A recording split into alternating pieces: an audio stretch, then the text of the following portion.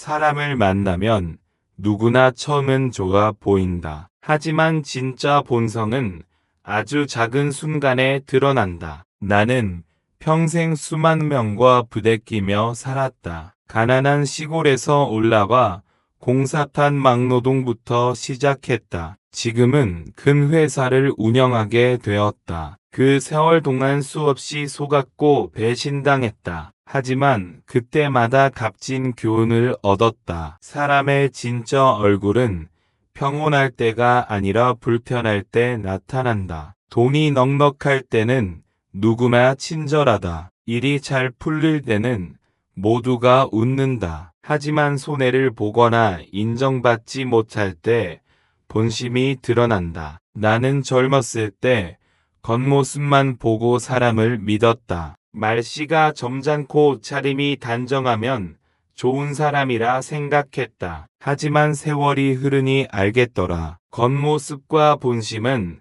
전혀 다를 수 있다. 어떤 사람은 처음에 굉장히 믿음직스러웠다. 하지만 어려움이 닥치자 책임을 피해 도망갔다. 그때 깨달았다. 사람을 볼 때는 잘 나갈 때가 아니래 힘들 때를 봐야 한다. 작은 권한 하나 쥐었을 뿐인데 목소리가 커지는 사람이 있다. 힘 있는 자에서는 굽신거리면서 약자에게는 함부로 한다. 이런 모습들이 그 사람의 진짜 본성이다. 나도 수없이 속았다. 그때마다 자책했다. 내가 눈이 어두웠구나. 하지만 시간이 지나니 알았다. 사람을 제대로 본다는 건 처음부터 다 알아내는 게 아니다. 내 마음이 보내는 작은 신호를 무시하지 않는 것이다. 누군가 뭐라고 하면 금방 흔들렸던 내가 이제는 안다. 말솜씨나 외모보다 중요한 건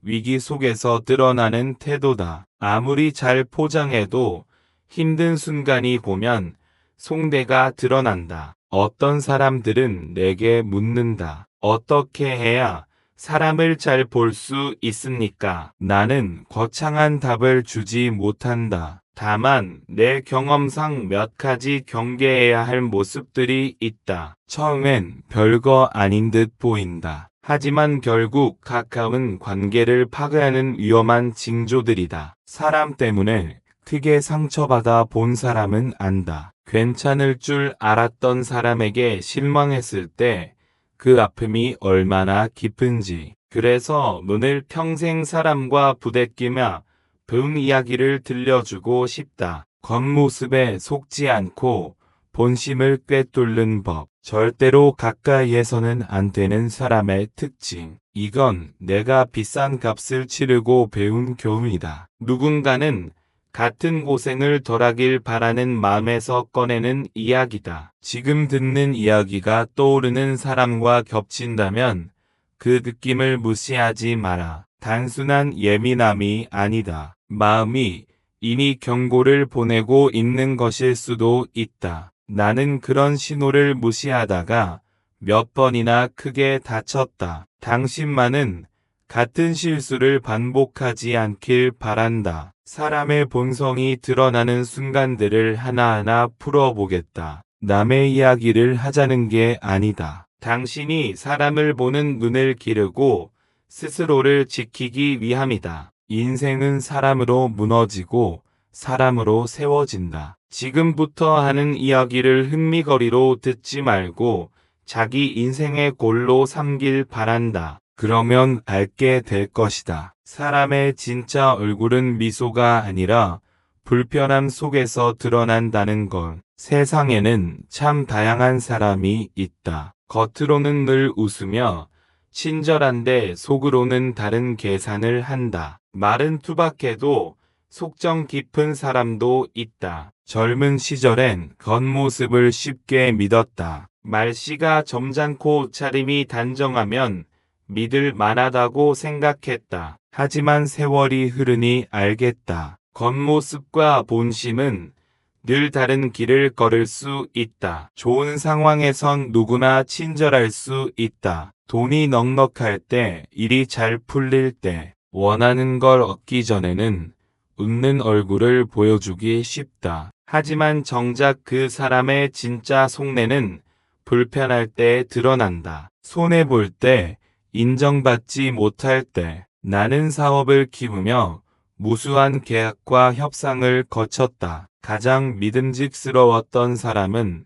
화려하게 말하는 사람이 아니었다. 어려움이 닥쳤을 때도 똑같은 눈빛과 태도를 유지하는 사람이었다. 어느 해 큰 프로젝트를 맡았을 때였다. 계약금은 많았지만 일정이 빠듯해 모두가 초조했다. 그때 한 젊은이가 큰 실수를 했다. 주변 사람들은 다들 그를 몰아세우며 책임을 회피하려 했다. 그런데 정작 그 당사자는 담담하게 말했다. 제 잘못입니다. 바로 고치겠습니다. 그 순간 나는 느꼈다. 이 사람은 화려한 겉모습보다 더 깊은 신뢰를 줄 수 있는 본성을 가졌구나. 반대로 처음에는 믿음직해 보이던 사람이 작은 불편 하나에 돌변하는 경우도 많았다. 회의 때 잠깐 자기 의견이 묵살당했다고 비친다. 이익이 자기에게 돌아오지 않자 태도가 싸늘해진다. 그런 모습을 보면 늘 내 가슴에 스치는 생각이 있었다. 저 사람은 본심을 가리느라 쓴 게 아니라 그게 본심이었구나. 젊은 사람들에게 내가 자주 하는 말이 있다. 겉으로 보이는 말솜씨보다 불편할 때 태도를 봐라. 사업이든 인간관계든 결국 위기에서 본색이 드러난다. 심리학에서도 말한다. 인간은 감정이 흔들릴 때 통제력을 잃는다. 아무리 완벽히 포장해도 예상치 못한 상황 앞에는 숨겨둔 본성이 드러난다. 사람을 잘못 보면 마음이 크게 다친다. 나도 몇 번은 큰 상처를 입었다. 가까이 두었던 사람이 등을 돌릴 때 그 아픔은 칼보다 날카롭다. 하지만 거기서 배운 게 있다. 사람 보는 눈은 하늘에서 뚝 떨어지는 게 아니다. 경험 속에서 눈을 뜨는 것이다. 처음에는 다 속을 수 있다. 중요한 건 두 번 같은 실수를 하지 않겠다는 다짐이다. 나는 겉모습에 약한 성격이었다. 누가 공손하게 굴면 괜히 마음이 약해졌다. 하지만 나이가 들며 깨달았다. 진짜 귀한 사람은 공손한 말투가 아니다. 어려움 앞에서도 흔들리지 않는 꾸준한 마음을 가진 사람이다. 그런 사람은 많지 않아도 일생을 함께할 만한 가치는 충분하다. 그래서 나는 이제 이런 기준을 삼는다. 사람을 볼 때는 그가 힘없는 일을 대하는 태도를 본다. 실수했을 때의 반응을 본다. 손해를 감수하는 순간의 눈빛을 본다. 그 세 가지는 거짓으로 꾸미기 힘들다. 결국 본성을 드러내게 마련이다. 기억하라. 겉모습은 언제든 바뀔 수 있다. 하지만 본성은 작은 순간에 드러나고 오래 남는다. 그걸 간파하지 못하면 결국 자신이 크게 상처 입게 된다. 그 상처는 단순한 인간관계의 아픔이 아니다. 삶 전체를 뒤흔드는 고통이 될 수도 있다. 그러니 이제 우리는 겉모습에 눈이 멀지 말자. 본심을 꿰뚫는 눈을 기르자. 그래야만 잘못된 관계에 매이지 않고 내 삶을 지켜낼 수 있다. 사람을 잘 본다는 건 쉬운 일이 아니다. 나도 평생 사람 속에서 살았지만 수십 년이 지난 지금도 가끔은 속는다. 하지만 분명한 건 있다. 사람의 본성은 평탄한 길에서 드러나지 않는다. 누구나 여유 있을 때는 웃을 수 있다. 배부를 때는 인심도 넉넉해진다. 그러나 그릇의 크기는 흔들릴 때 비로소 드러난다. 나는 사업을 하며 숱한 위기를 겪었다. 경제 위기 파산 직전의 순간, 헬에서 홀대받던 협상 자리, 그때마다 곁에 있던 사람들의 얼굴이 잊히지 않는다. 누군가는 나보다 더 앞서 나가며 책임을 떠났다. 또 어떤 이는 슬그머니 발을 빼고 핑계를 늘어놓았다. 같은 위기 속에서도 이렇게 극명히 갈라진다. 본성은 위기에서만 선명해지는 법이다. 한 번은 이런 일이 있었다. 해우 공사를 따내기 위해 몇 달간 애썼다. 막판에 상대방이 무리한 조건을 내걸었다. 다들 포기해야 한다고 했다. 그런데 한 직원이 조심스럽게 나섰다. 사장님, 우리가 지금 포기하면 그동안 수백 명이 흘린 땀이 허사가 됩니다. 끝까지 시도해 보겠습니다. 그 눈빛에서 나는 진심을 봤다. 그 사람은 그 후로도 어떤 어려움이 와도 도망치지 않았다. 세월이 지나도 나는 그 사람을 기억한다. 그는 단순히 똑똑한 게 아니다. 위기 앞에서도 책임을 외면하지 않는 본성을 가졌기 때문이다. 반대로 겉으로는 믿음직하던 인물이 작은 불편 하나에도 돌변하는 걸 봤다. 계약이 자기 뜻대로 흘러가지 않자 목소리를 높인다. 작은 손해를 보자 분노로 얼굴빛을 바꾼다. 나는 속으로 중얼거렸다. 저 사람의 본심은 지금 드러나는구나. 본심은 이렇게 자잘한 틈에서 고개를 든다. 사람을 잘 본다는 건 상대를 평가하는 일이 아니다. 오히려 나 자신을 지키기 위한 방패다. 잘못된 사람을 곁에 두면 결국 내 마음이 무너진다. 가정과 일까지 흔들리게 된다. 나는 그런 경험을 수없이 했다. 돈보다 무서운 건 잘못된 인연이다. 철학자들도 비슷한 말을 했다. 사람의 진짜 얼굴은 권력 앞에서가 아니라 손해 앞에서 드러난다. 나는 여기에 한마디 더 보태고 싶다. 건강이 흔들릴 때, 인정받지 못할 때, 그때야말로 그 사람의 본성이 가장 선명해진다. 그래서 나는 늘 묻는다. 이 사람이 어려움 앞에서도 나와 같은 방향을 볼 수 있는가? 가끔 사람들은 나에게 물었다. 회장님, 어떻게 그렇게 사람을 잘 보십니까? 나는 대답했다. 나도 자주 속았다. 다만 속을 때마다 눈을 조금 더 크게 뜨게 된 것뿐이다. 사람을 잘 본다는 건 타고난 재능이 아니다. 넘어지고 상처 입으며 배우는 과정이다. 중요한 건 한 번 속았다고 주저앉지 않는 것이다. 그 경험을 교훈으로 삼는 것이다. 그리고 꼭 기억하길 바란다. 사람을 잘 본다는 건 상대의 약점을 찾아내는 게 아니다. 내 마음을 지키는 힘을 기르는 것이다. 잘못된 사람을 구별할 수 있을 때 비로소 내 주변을 건강하게 만들 수 있다. 앞으로 내가 들려줄 7가지 모습은 모두 살아오며 직접 보고 겪은 것들이다. 작은 순간에 드러나는 본성들. 처음엔 대수롭지 않게 보일지 모른다. 하지만 결국은 내 삶을 흔들어 놓는 위험한 징조들이다. 이제부터 그 첫 번째 이야기를 시작해 보자. 사람의 본성을 가장 빨리 드러내는 것이 무엇인지 아는가? 나는 평생 일을 하며 깨달았다. 바로 작은 권력이다. 큰 권력은 멀리 있는 것 같지만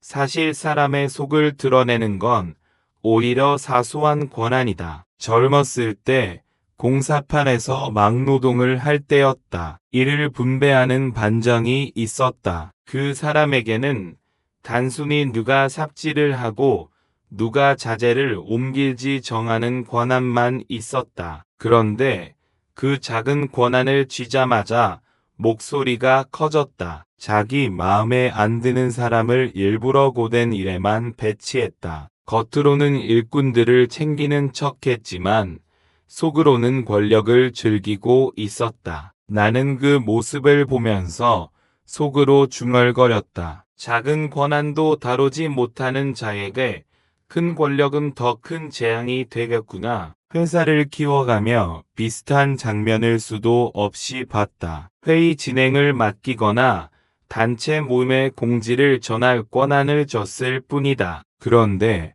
사람의 태도가 바뀌는 걸 봤다. 예전엔 조용하던 사람이 이제부터는 내 말에 따라야 한다는 식으로 군림하기 시작했다. 작은 권한에 취해 사람을 다루려 드는 모습에서 나는 늘 불안한 기운을 느꼈다. 왜냐하면 그건 단순한 성격 문제가 아니었다. 그 안에는 깊은 열등감이 숨어 있었다. 철학자도 말했다. 작은 권력을 휘두르는 자를 조심하라. 그 안에는 거대한 결핍이 자리한다. 작은 권한조차 겸손히 다루지 못하는 사람은 큰 힘을 주면 반드시 가까운 이들부터 멍두르기 시작한다. 가정에서도 비슷한 일이 일어난다. 부모 몰이에서 인시로 대표를 맡은 사람이 갑자기 목소리를 높인다. 작은 모니에서 회계 역할을 맡은 사람이 돈줄을 쥐었다는 이유로 욱줄거린다. 이런 사소한 장면 속에서 그 사람의 본성이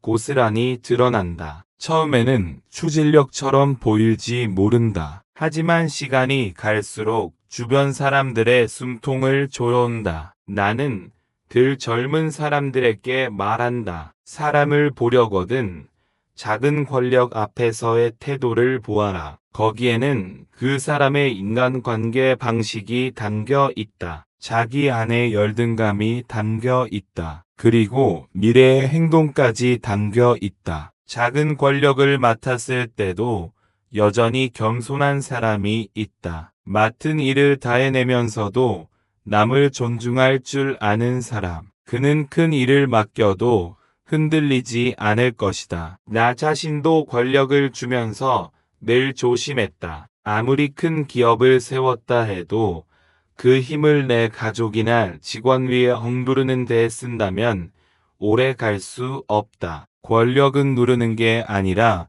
지탱해 주는 것이다. 나는 늦게서야 깊이 깨달았다. 그러니 당신도 기억하라. 작은 권력 앞에서 돌변하는 사람을 가볍게 보아선 안 된다. 그건 단순히 순간의 실수가 아니다. 마음속 깊이 자리 잡은 본성의 그림자일 수 있다. 그런 사람과 오래 함께하면 결국 당신도 그 무게에 짓눌려 작아지게 된다. 사람의 본성은 작은 권력 앞에서 가장 솔직하게 드러난다. 그것을 간과하지 마라. 그것이야말로 앞으로의 관계를 지킬 수 있는 가장 확실한 눈이다. 내가 평생 수많은 사람을 만나면서 가장 먼저 살피는 기준이 있었다. 바로 약자를 어떻게 대하느냐 하는 것이다. 사람의 품격은 그 사람이 힘없는 이와 마주했을 때 드러난다. 아무리 번드르하게 말하고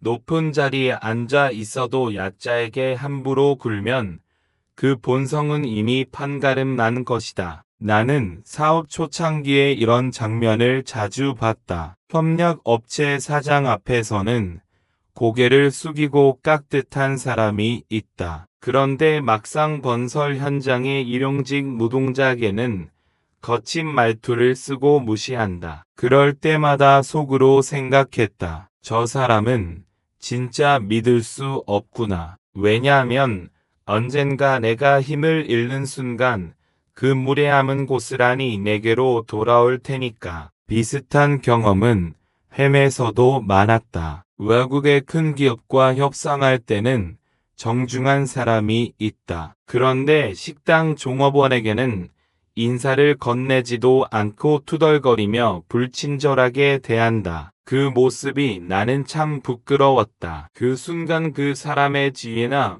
말솜씨보다 그가 내 곁에 오래 두서는 안 될 인물임을 알았다. 심리학에서도 이런 태도를 권위지향적 공격성이라 부른다. 자신보다 강하다고 느끼는 사람 앞에서는 한없이 순종한다. 자신보다 약한 사람이라 생각되면 본능적으로 공격적인 태도를 보인다. 하지만 이는 단순한 버릇이 아니다. 깊은 불안과 서열의식에서 비롯된 본성이다. 결국 그들은 자기보다 강한 이만 줬다가 청작 곁에서 함께 걸어줄 사람들을 잃고 만다. 나는 젊은 시절 가난 때문에 숱한 무시를 당했다. 공사판에서 점심값이 없어 빈 도시락통을 들고 앉아 있었다. 어떤 이들은 내 곁을 스쳐가면서도 눈길 한 번 주지 않았다. 하지만 어떤 이는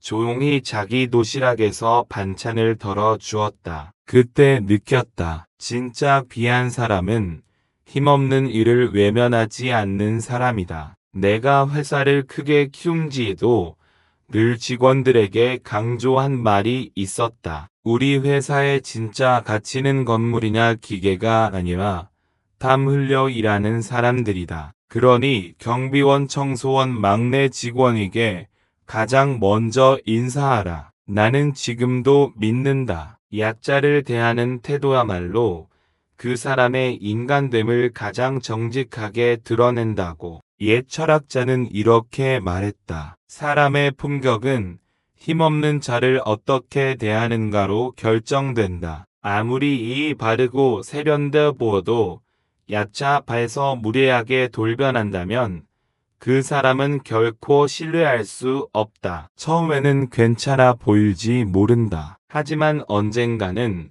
당신도 그 사람의 아랫사람이 되어 무례함의 대상이 될 게 분명하다. 그래서 나는 늘 조언한다. 약자를 존중할 줄 모르는 사람과는 거리를 두어라. 그들은 결국 자기보다 강한 사람만 쫓아다니다가 진짜로 소중한 관계들을 잃게 된다. 인생은 위로만 향하는 게 아니라 옆에서 함께 걸어가는 것이기 때문이다. 사람은 힘이 있을 때보다 힘이 없을 때 더 선명히 드러난다. 당신도 주변을 잘 살펴보라. 약자에게 보이는 태도 속에서 그 사람의 미래가 보일 것이다. 세상을 살다 보면 누구나 실수를 한다. 나 역시 수없이 많은 실수를 했다. 그러나 내가 배운 가장 중요한 교훈은 이것이다. 실수보다 무서운 건 그 뒤에 나오는 핑계다. 젊은 시절 나는 공사 현장에서 큰 낭패를 본 적이 있었다. 자재를 잘못 주문해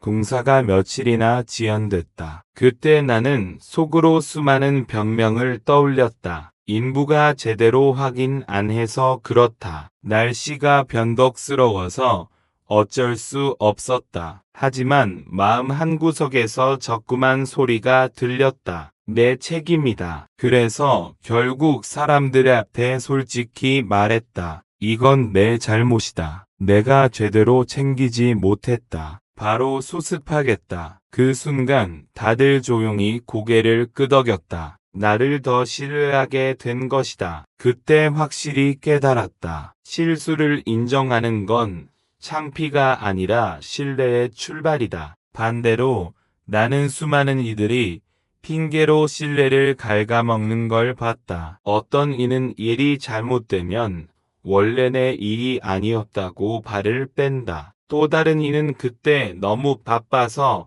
어쩔 수 없었다고 말한다. 그렇게 남 탓, 상황 탓, 운 탓을 늘어놓다 보면 결국 결론은 하나다. 나는 잘못 없다. 이런 사람 곁에 있으면 결국 내가 대신 사과하고 내가 대신 책임져야 한다. 그러다 보면 관계는 금세 무너져 버린다. 심리학에서는 이런 태도를 투사라고 부른다. 자신의 잘못을 인정하지 못하고 남에게 떠넘기는 심리적 방어다. 문제는 이것이 습관이 되면 나중에는 정말로 자신이 잘못이 없다고 믿게 된다는 것이다. 그 순간부터는 대화도 협력도 불가능해진다. 로마의 철학자는 말했다. 잘못을 인정하는 것은 굴욕이 아니라 인간의 위대함이다. 나는 이 말을 젊은 시절부터 마음속에 새겼다. 진짜 강한 사람은 실수 위에 핑계라는 벽을 쌓지 않는다. 책임 위에 신뢰라는 탑을 쌓는다. 내가 회사를 운영하면서 가장 크게 본 건 실수한 뒤 태도야말로 그 사람의 미래를 결정한다는 사실이었다. 제가 잘못했습니다. 바로 고치겠습니다라고 말하는 사람은 시간이 갈수록 믿음을 얻는다. 결국 큰 일을 맡게 된다. 반면 매번 핑계부터 대는 사람은 아무리 똑똑해도 주위에서 멀어지게 되었다. 왜냐하면 누구도 책임을 회피하는 이를 곁에 두고 싶진 않으니까. 그러니 나는 당신에게도 말한다. 실수하는 건 괜찮다. 하지만 핑계로 책임을 피하는 순간 그 관계는 이미 금이 간다. 작은 실수 하나가 아니라 핑계가 쌓여 무너뜨리는 건 결국 신뢰니까. 내가 평생을 살아보니 돈도 권력도 명예도 결국은 사람들의 신뢰 위에 서는 것이다. 신뢰를 잃은 사람은 아무리 잠시 잘나 보도 오래 못 간다. 반대로 신뢰를 얻은 사람은 실수조차도 발판으로 삼아 더 크게 성장한다. 당신도 기억하라. 책임을 지는 태도는 무겁지만 그 무게를 견딜 수 있을 때 진짜 어른이 된다. 실수 후 핑계대는 사람 절대 가까이 두지 마라. 그 사람은 언젠가 당신을 대신 희생양으로 삼을 테니. 사람을 만나다 보면 대화를 나누는 듯 보이지만 사실은 혼자만 떠드는 사람이 있다. 당신도 그런 경험이 있을 것이다. 점심시간에 누군가 다가와준 어떠세요 하고 묻는다. 기쁜 마음으로 답을 시작했는데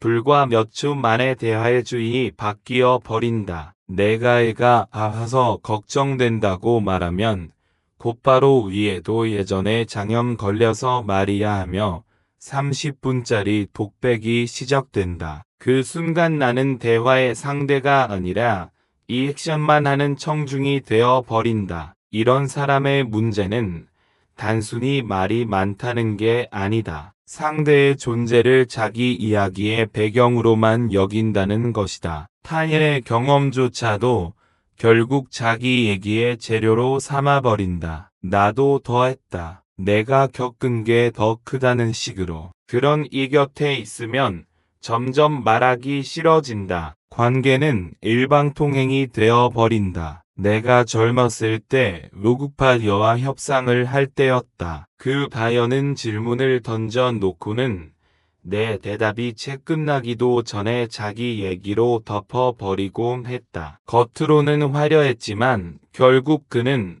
내 말을 들을 준비가 없었던 것이다. 나는 그때 확실히 알았다. 듣지 못하는 사람은 오래 함께할 수 없다. 듣지 않는 자와는 신뢰가 자라지 않으니까. 옛 성현이 이런 말을 했다. 지혜로운 자는 많이 듣고 적게 말한다. 대화는 말로만 이루어지는 게 아니다. 상대의 말에 귀 기울이고 그 마음을 헤아릴 때 비로소 관계가 단단해진다. 그런데 자기 이야기만 하는 사람은 상대의 마음을 보지 못한다. 결국 혼자 떠드는 무대만 남게 된다. 나는 늘 직원들에게 말했다. 경청은 공짜 같지만 가장 값진 투자다. 사람들은 자기를 들어주는 일을 신뢰하게 마련이다. 반대로 자기 이야기만 늘어놓는 사람은 처음엔 재미있어 보여도 금세 피로를 안겨준다. 왜냐하면 대화가 아니라 소모가 되어버리니까. 심리학자들도 연구했다. 자기 중심적인 대화를 즐기는 사람은 실제로는 상대의 말에 반응하지 않는다. 곧장 다시 자신의 이야기로 전환한다. 이런 태도를 대화 탈취라고 부른다. 마치 남의 말을 훔쳐 자기 이야기로 바꾸어 버리는 것과 같다. 내가 회사를 경영하며 가장 귀하게 여긴 인재는 말 잘하는 이가 아니었다. 오히려 잘 들어주는 이였다. 그들은 큰 소리로 자기 공로를 내지 않아도 늘 귀 기울이며 묵묵히 함께했다. 그런 사람과는 신뢰가 깊어지고 이기 속에서도 함께 견뎌낼 수 있었다. 그러니 당신도 기억하라. 자기 이야기만 하는 사람은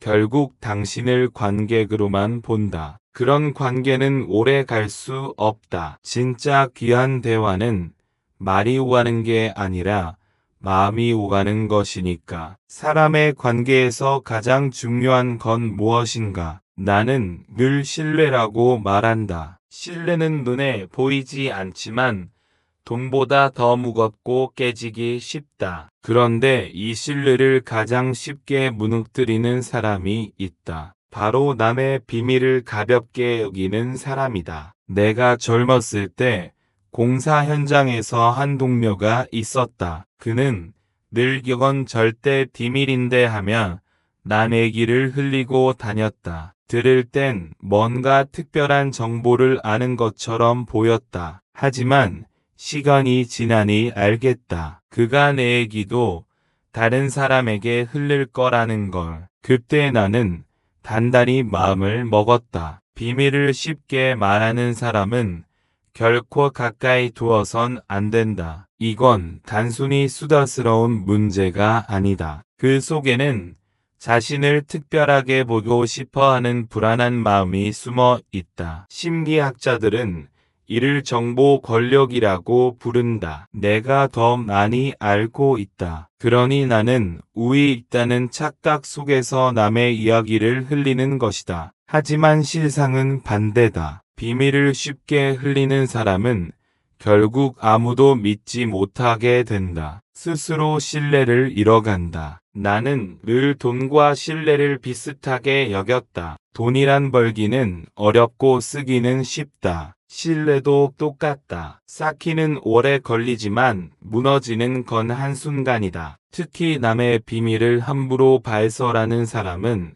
마치 남의 돈을 허락 없이 쓰는 사람과도 같다. 작은 순간에 드러나는 무책임이 결국 관계 전체를 망가뜨린다. 사업을 하면서 나는 수많은 정보를 접했다. 회사의 재무 상태, 프로의 투자 방향, 혹은 직원들의 개인적인 사정까지. 그럴 때마다 나는 스스로 다짐했다. 이건 지켜야 한다. 함부로 입 밖에 내서는 안 된다. 왜냐하면 신뢰는 바로 그런 사소한 태도에서 쌓이기 때문이다. 당신도 한번 곰곰이 생각해 보라. 누군가 당신에게 남의 비밀을 쉽게 말한다면 그 사람이 당신의 이야기는 절대 지켜줄 거라 믿을 수 있겠는가? 그럴 리 없다. 남의 비밀을 쉽게 흘리는 자는 당신의 비밀도 똑같이 팔아버릴 사람이다. 옛 지혜에 이런 말이 있다. 비밀을 쉽게 말하는 자는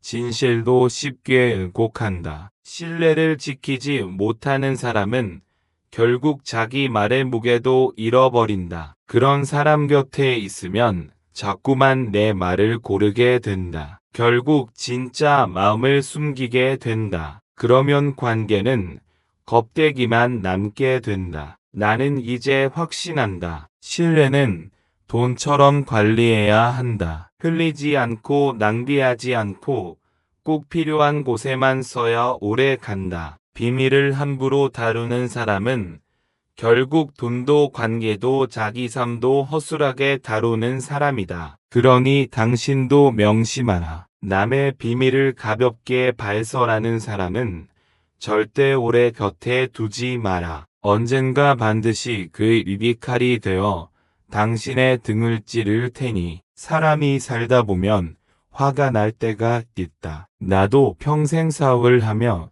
숱하게 화를 느꼈다. 하지만 나는 경험으로 알게 되었다. 화 자체가 문제인 게 아니라 그 화를 다루는 방식이 문제다. 나는 젊을 적에 어떤 동료를 본 적이 있다. 작은 문제에도 곧바로 고함을 치고 물건을 집어던졌다. 겉으로는 기세등등해 보였지만 사실은 자기 감정을 다스리지 못하는 어린아이 같았다. 결국 그 사람 곁에서는 아무도 오래 버티지 못했다. 다들 그 불안정한 분노에 질려 하나둘 떠나 버렸다. 반대로 또 어떤 사람은 화를 소리치지 않고 침묵으로 표현했다. 말은 하지 않지만 눈빛과 태도로 상대를 질식시킨다. 이것도 마찬가지로 위험하다. 소리 없는 분노는 오히려 더 깊은 상처를 남긴다. 사람은 괜히 죄책감에 시달리고 불안에 잠을 이루지 못한다. 나는 이 두 모습을 보면서 확신했다. 분노의 방식은 달라도 그 안에 담긴 폭력성은 똑같다. 심리학에서도 이를 미성숙한 감정 조절이라고 부른다. 결국 자신의 감정에 휘둘려 상대를 지배하려는 행위다. 그런데 감정이란 파도와 같아서 잠깐은 높아도 인내 가라앉는다. 그런데 그 짧은 순간에 내뱉은 말과 행동이 평생 상처로 남을 수도 있다. 나는 위기 속에서 진짜 강한 사람을 많이 봤다. 그들은 화가 날 때도 먼저 자기 마음을 살피는 습관이 있었다. 지금 내가 이렇게 화가 나는가? 정말 상대에게 쏟아내야 하는가? 이런 질문을 스스로에게 던진다. 그런 태도가 결국 관계를 지켜낸다. 한 번은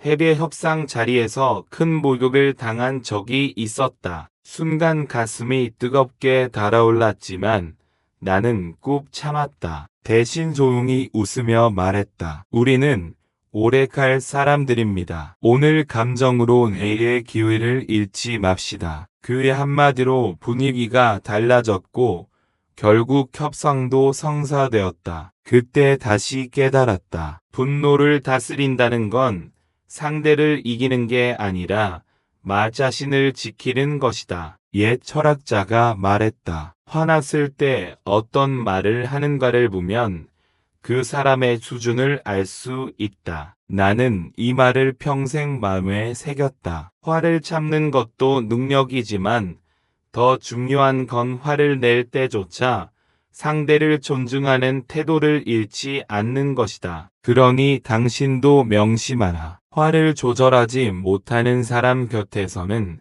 반드시 상처 입게 된다. 오늘은 남이 대상이지만 내일은 당신이 대상이 될 테니까. 사람은 결국 감정의 순간에 진짜 얼굴을 드러낸다. 인생을 살아보니 건강관리와 사람관리의 첫걸음은 결국 감정관리다. 분노를 다스리지 못하는 이는 결국 자기 삶도 주변도 지켜내지 못한다. 그러니 그런 사람과는 멀리하라. 그것이 당신의 마음과 삶을 지키는 길이다. 사람을 살다 보면 처음에는 참 따뜻하고 다정해 보이는 이를 만날 때가 있다. 뭐든 잘 도와주고 먼저 나서서 챙겨준다. 이 사람은 진짜 좋은 사람이구나 싶다. 하지만 문제는 거절 한 번이면 그 따뜻함이 순식간에 차가움으로 바뀐다는 데 있다. 내가 겪은 한 인물이 떠오른다. 평소엔 늘 웃으며 내 곁을 맴돌고 작은 부탁에도 발벗고 나섰다. 그런데 어느 날 내가 그의 부탁을 들어줄 수 없는 상황이 있었다. 그 순간 그 사람의 표정이 달라졌다. 겉으로는 괜찮습니다라 했지만 이후 연락이 끊기고 대화는 사늘해졌다. 나는 그때 알았다. 그의 친절은 마음에서 나온 게 아니라 거래의 계산에서 비롯된 것이었구나. 심리학에서는 이를 조건적 호의라 부른다. 처음부터 상대를 돕는 게 목적이 아니다. 나중에 자신이 원하는 걸 돌려받으려는 기대가 깔려 있다. 그러니 기대가 어긋나면 바로 태도가 변해버린다. 이런 관계는 예초부터 진심이 아니니 오래 갈 수 없다. 나는 사업을 하며 많은 부탁을 받았다. 다 들어줄 수는 없었다. 그럴 때 진짜 귀한 사람은 알겠습니다. 이번엔 제가 알아서 하겠습니다라며 웃고 돌아서는 사람이었다. 그들은 나를 수단으로 본 게 아니라 함께 가는 동료로 보았던 것이다. 반대로 거절 한 번에 등을 돌리는 이는 결국 나라는 존재보다 내가 줄 수 있는 익만을 본 사람이었다. 한 번은 들었다. 회장님, 제가 이렇게까지 했는데 안 도와주십니까? 나는 속으로 씁쓸했다. 그동안의 호의가 진심이 아니었구나. 결국은 투자를 한 것이고 수익을 기대한 것이었다. 그런 관계는 결국 깨지고 만다. 옛 철학자는 말했다. 진짜 인간관계는 상대를 수단이 아니라 목적으로 대할 때만 가능하다. 나도 평생 살아오며 이 말이 얼마나 깊은 진리인지 체험했다. 사람을 수단으로 대하는 순간 그 관계는 이미 모래 위에 세운 집과 같다. 작은 파도에도 쉽게 무너져 버린다. 나는 젊은 이들에게 늘 조언한다. 조건 붙인 친절에 먼 뺏기지 마라. 그런 사람 곁에 있으면 자꾸만 조심스러워진다. 이번엔 또 뭘 기대할까? 내가 실망시키진 않았을까 하고 불필요한 불안에 시달리게 된다. 하지만 기억하라. 그건 당신이 잘못한 게 아니라 그 사람이 기대한 이익을 주지 못한 것뿐이다. 사람은 진심으로 대는 이 앞에서는 서운해도 표현을 조심한다. 관계를 잃고 싶지 않기 때문이다. 그러나 거절 하나에 돌변하는 사람은 처음부터 관계가 목적이 아니었다. 그런 사람은 곁에 오래 둘 필요가 없다. 나는 이렇게 믿는다. 좋은 관계란 서로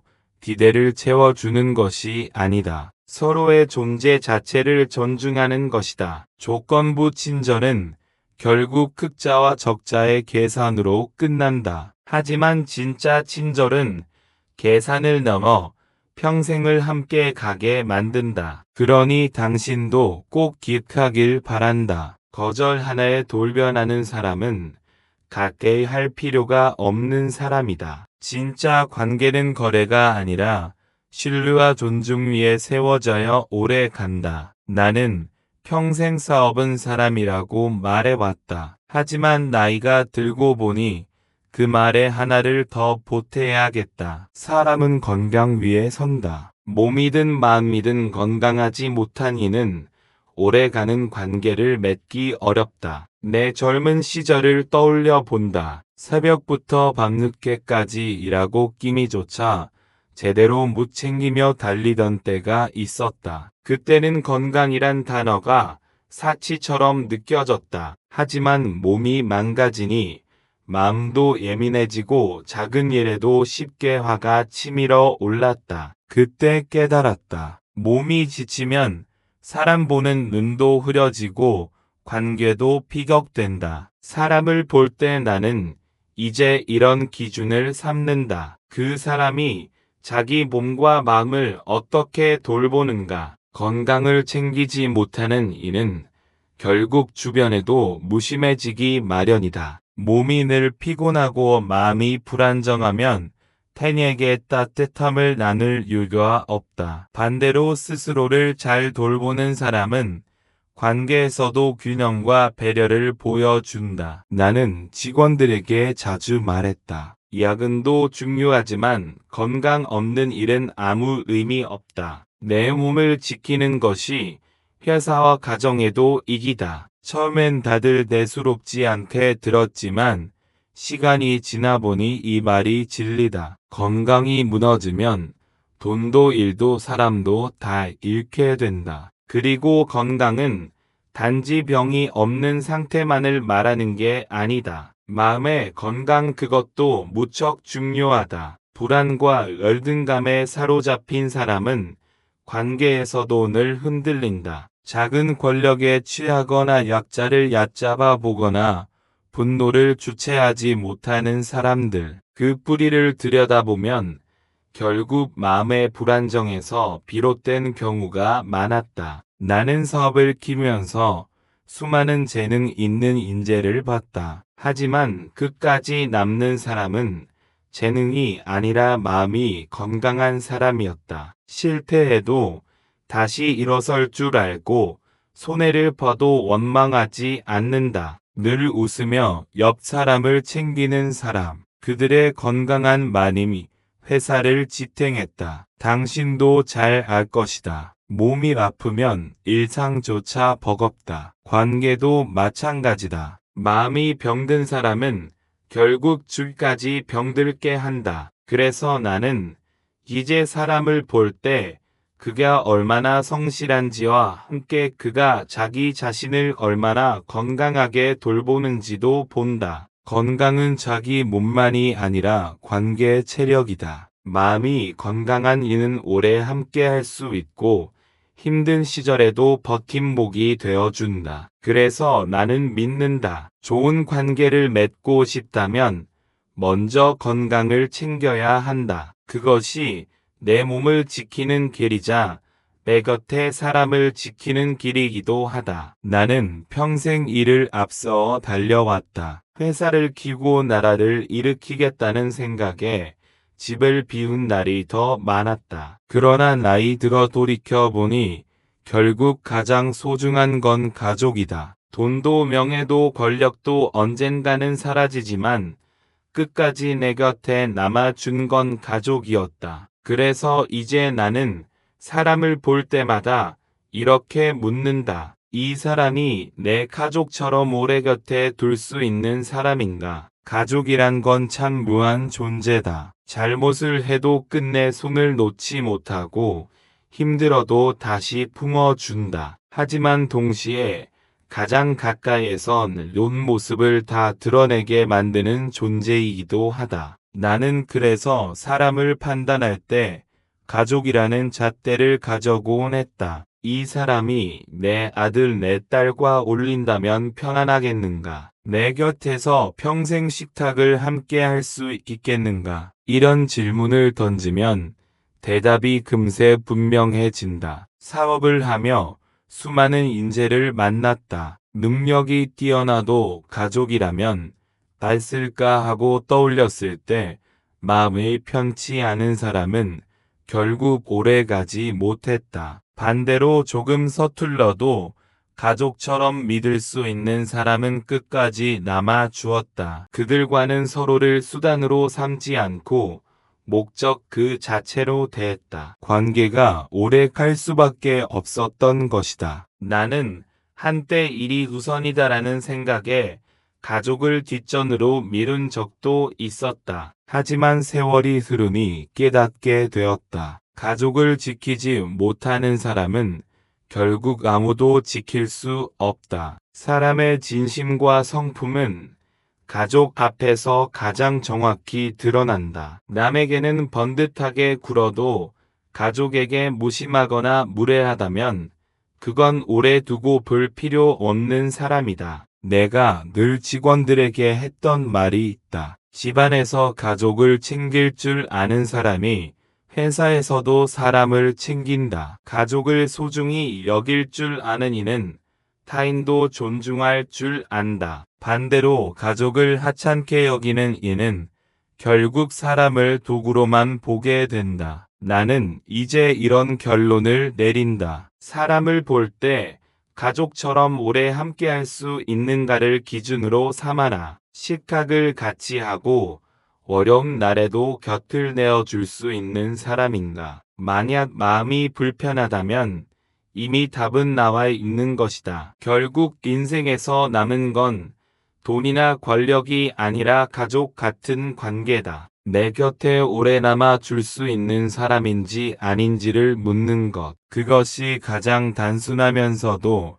확실한 판단 기준이다. 나는 사업을 키우면서 수많은 인재를 만났다. 머리가 비상하고 아이디어가 번뜩이며 말솜씨가 화려한 이들도 많았다. 처음엔 나도 그런 이들에게 마음이 쏠렸다. 이 사람만 있으면 큰일을 해낼 수 있겠다 생각했다. 하지만 세월이 흐르며 혹독한 재능보다 더 귀한 게 있음을 깨달았다. 진짜 믿을 수 있는 건 성실과 꾸준함이다. 재능 있는 사람은 잠깐 빛날 수 있다. 그러나 꾸준하지 않으면 그 빛은 금세 꺼져 버린다. 나는 직접 봤다. 뛰어난 실력을 갖추었지만 작은 실패에 주저앉아 버리는 이들. 화려한 말로 시작했지만 끝까지 책임지지 못한 이들. 반대로 특별히 눈에 띄지는 않아도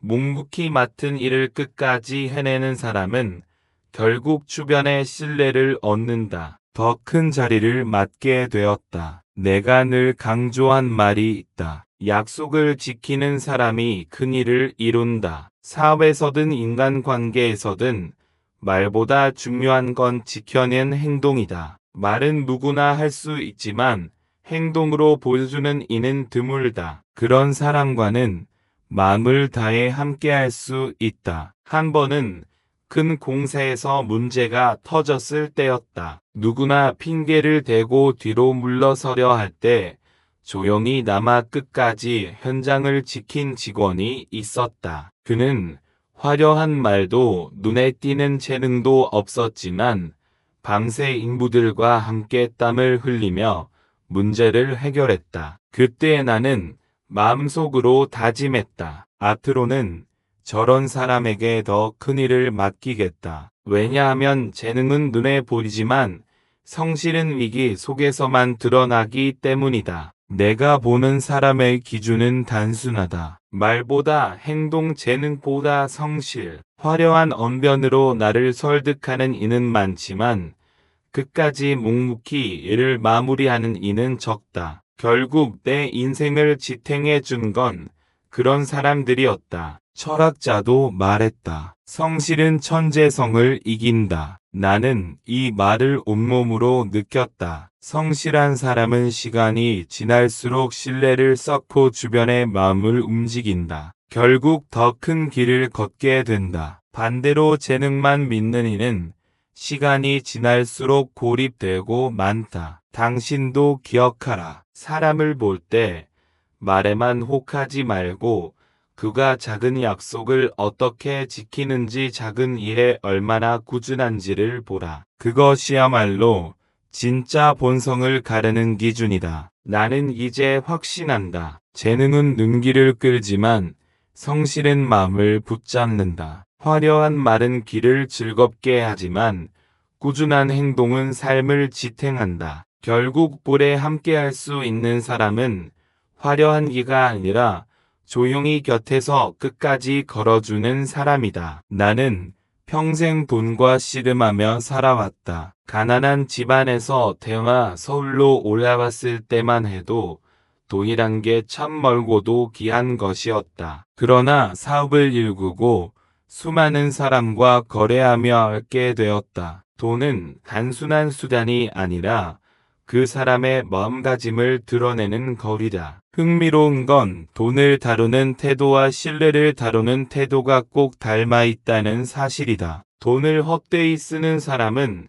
신뢰도 가볍게 흘린다. 반대로 작은 돈이라도 소중히 아끼는 사람은 신뢰도 무겁게 다루었다. 돈이란 한 번 잘못 쓰면 잃기 쉽고 다시 모려면 오랜 시간이 걸린다. 신뢰도 똑같다. 한 번 깨지면 다시 쌓기란 쉽지 않다. 나는 별물적 공사팔에서 작은 돈을 맡겨본 적이 있었다. 그 돈은 많지 않았지만 그걸 헛되이 쓰거나 자기 욕심에 빼돌린 이는 결국 다른 일에서도 무책임했다. 반대로 그 돈을 꼼꼼히 챙기며 남의 몫을 지켜준 사람은 시간이 지나도 믿음을 잃지 않았다. 그때 깨달았다. 돈과 신뢰는 모두 관리의 문제다. 사업을 하다 보면 거래처에서 달콤한 제안을 할 때가 많다. 눈앞에 익은 거 보여도 그 한 번의 탐욕이 결국 신뢰를 무너뜨린다. 돈 몇 푼 더 벌자고 거짓말을 했다가 관계 전체를 잃는 경우를 수도 없이 봤다. 그래서 나는 늘 직원들에게 당부했다. 돈을 잃는 건 다시 벌면 되지만 신뢰를 잃으면 모든 걸 잃는다. 돈도 그렇지 않은가. 평생 모은 재산도 한순간의 방심으로 사라질 수 있다. 신뢰도 똑같다. 수십 년 쌓은 믿음도 작은 거짓 하나로 무너져 버린다. 나는 이를 두고 늘 경계했다. 내 삶을 돌아보니 돈은 결국 목적이 아니었다. 가족을 지키고 회사를 키우고 나라에 기여하기 위한 도구였다. 신뢰 역시 그랬다. 사람 사이를 이어주는 도구이자 삶을 굳건히 세워주는 기둥이었다. 그러니 둘 다 허술하게 다루어선 안 된다. 나는 당신에게 말하고 싶다. 사람을 볼 때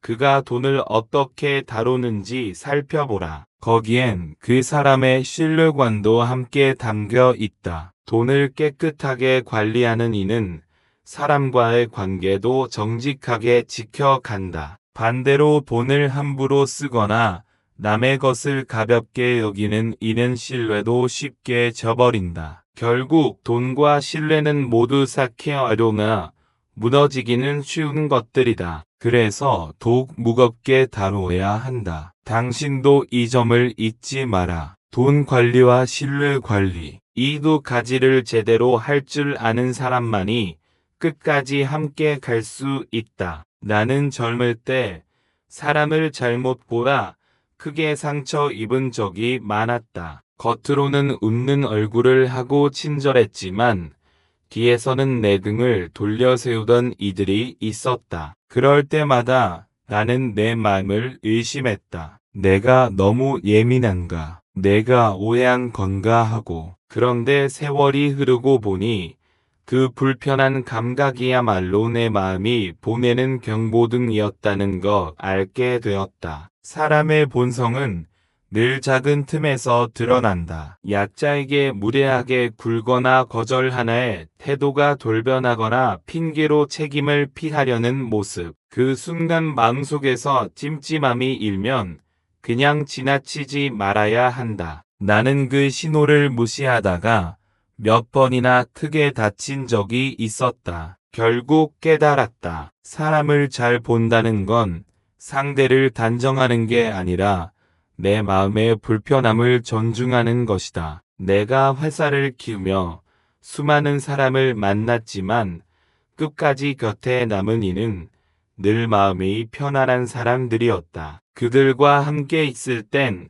긴장하지 않아도 되었고 말 한마디에도 따뜻함이 묻어났다. 반대로 늘 조심스럽고 긴장되는 사람과는 아무리 능력이 뛰어나도 오래 가지 못했다. 내 마음이 이미 그 차이를 알고 있었던 것이다. 나는 이제 확신한다. 내 마음을 지키는 건 나 자신만의 책임이다. 잘못된 관계에서 멀어지는 게 결코 나쁜 게 아니다. 그건 자기 자신을 사랑하는 가장 기본적인 선택이다. 나는 늦게 이걸 배웠다. 젊었을 땐 사람을 의심하는 게 혹시 나쁜 건 아닐까 하고 괜히 양심의 가책을 느꼈다. 하지만 지금은 말할 수 있다. 아니다. 사람을 가려내는 건 지희면 삶을 지키는 용기다. 삶을 살다 보면 누군가는 우리를 아프게 하고 또 누군가는 우리를 일으켜 세운다. 중요한 건 그의 아픔에 머무르지 않고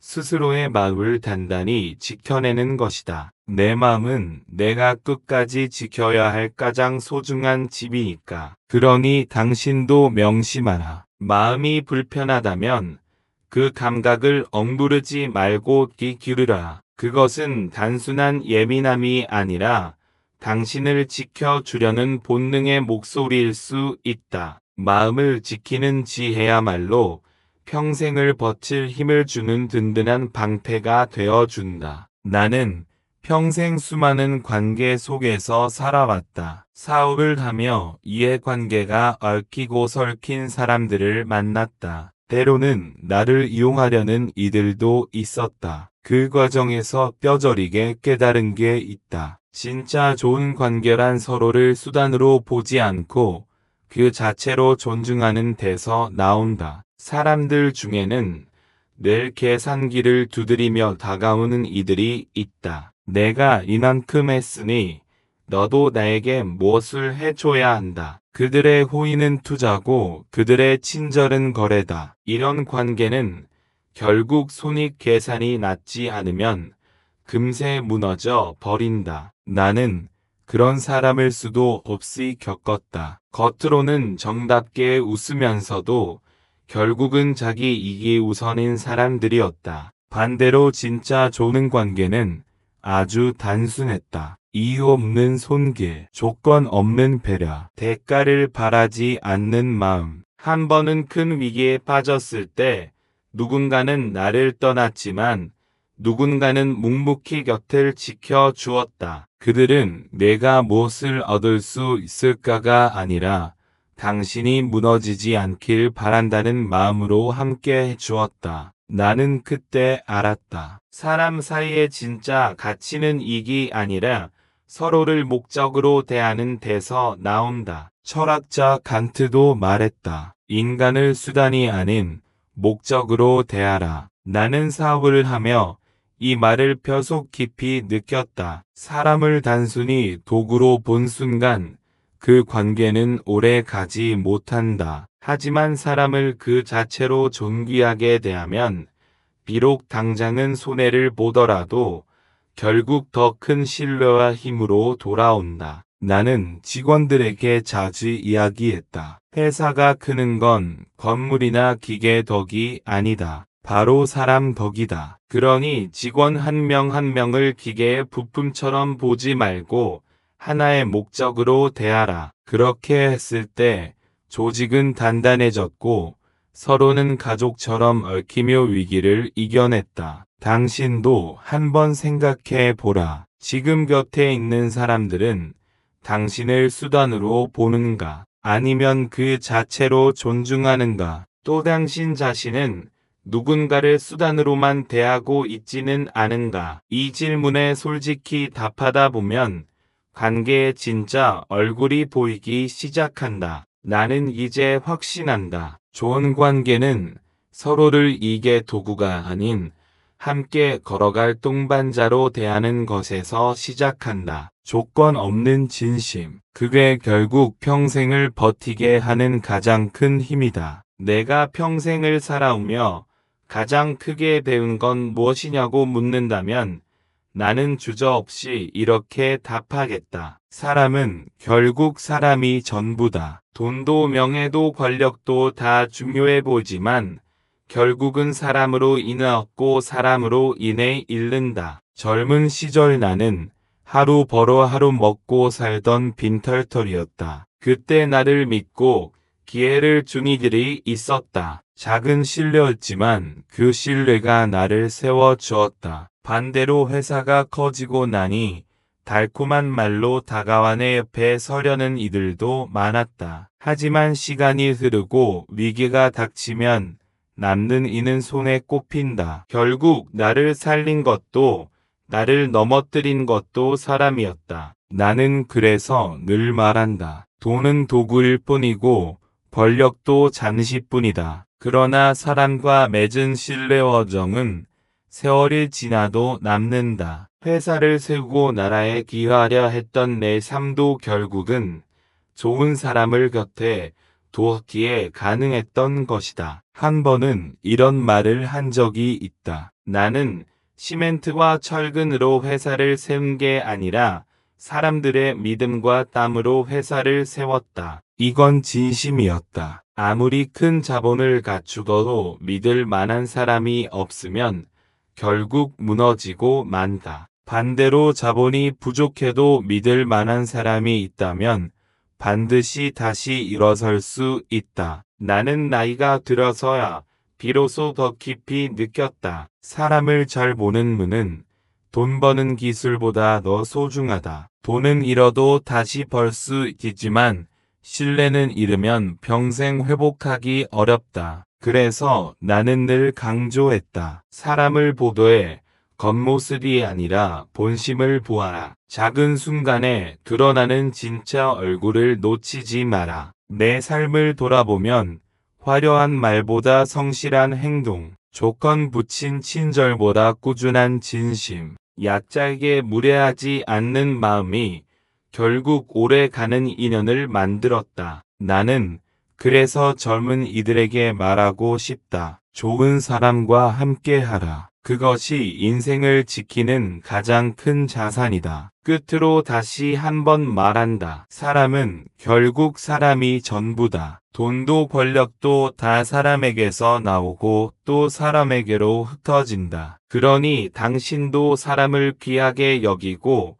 올바른 인연을 곁에 두도록 하라. 그것이야말로 평생을 버틸 가장 큰 힘이 될 테니. 이제 긴 이야기를 마무리할 시간이 되었다. 오늘 나는 평생 사람 속에서 살며 깨달은 것들을 풀어놓았다. 사람의 본성은 겉모습에 있는 게 아니라 작은 순간에 드러난다는 것. 작은 권력 앞에서 야자 앞에서 실수했을 때, 분노가 치밀 때, 거절을 당했을 때, 바로 그 순간이 그 사람의 진짜 얼굴이다. 나는 평생 돈과 권력을 쫓아 달려왔지만 결국 나를 웃게 하고 울게 한 건 사람이었다. 사업을 세우는 것도 나라를 일으키는 것도 다 사람이 있었기에 가능했다. 그래서 나는 이제 이렇게 말한다. 사람은 결국 사람이 전부다. 좋은 사람을 곁에 두면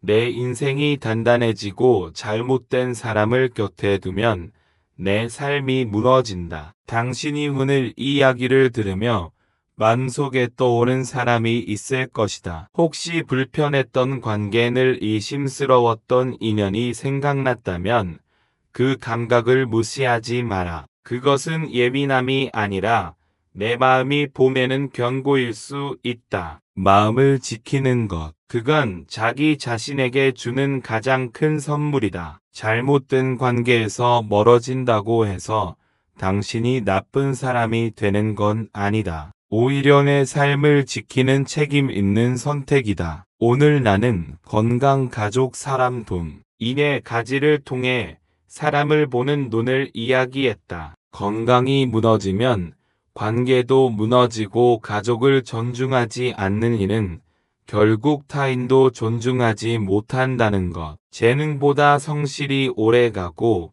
돈 관리와 신뢰 관리가 닮아 있다는 것. 이 네 가지는 결국 한 가지로 이어진다. 좋은 사람과 오래 가라. 그것이 인생의 전부다. 이제 당신에게 부탁한다. 오늘 이야기가 마음에 와닿았다면 구독과 알림 설정을 눌러두라. 그러면 앞으로도 내 경험과 깨달음을 나눌 수 있을 것이다. 또 댓글로 당신의 경험을 들려주면 좋겠다. 사람 때문에 아팠던 기억 또는 끝까지 함께 해준 고마운 인연. 그 이야기를 나누면 다른 이들에게도 큰 힘이 될 것이다. 그리고 마지막으로 이 영상을 주변 사람들과 함께 나누어 주길 바란다. 우리가 서로의 경험을 나눌수록 더 많은 이들이 잘못된 관계에서 벗어나고 좋은 인연을 지켜낼 수 있을 테니까 기억하라. 좋은 사람을 곁에 두는 건